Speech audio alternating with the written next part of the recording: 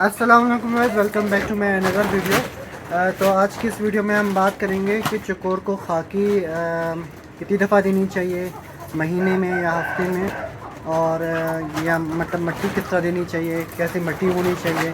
ठीक है, तो इस वीडियो में हम वो बात करेंगे। तो मिट्टी को पहले आपने अच्छे से छान लेना है। छानने के बाद जो है उसे उसके ऊपर आपने गर्म पानी डाल देना है। ठीक है, अगर के सर्दियां हैं तो, अगर गर्मियां हैं तो आपने धूप में रख देना है ताकि मिट्टी जो अच्छे से गर्म हो जाए। उसके बाद आपने जो चकोर को खाकी पे रख देना है ताकि वो अच्छे से टकोर भी हो जाए और उसके पर वगैरह भी बिल्कुल साफ़ हो जाए। ठीक है, तो इसके अलावा आपने चकोर को कितनी दफ़ा खाकी देना है, तो अगर सर्दियां हैं, सर्दियों में जो है अगर आपके पास गर्म जगह ज़्यादा नहीं है तो महीने में आप 3-4 दफ़ा भी दे दें, बहुत है।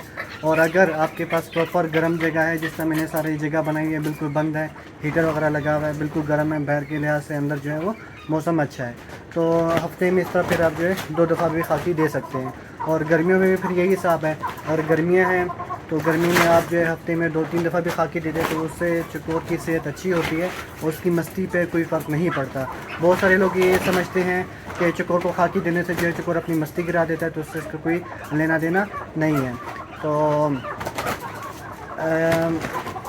इतना ही। उम्मीद करता हूँ वीडियो आप लोग को पसंद आई होगी।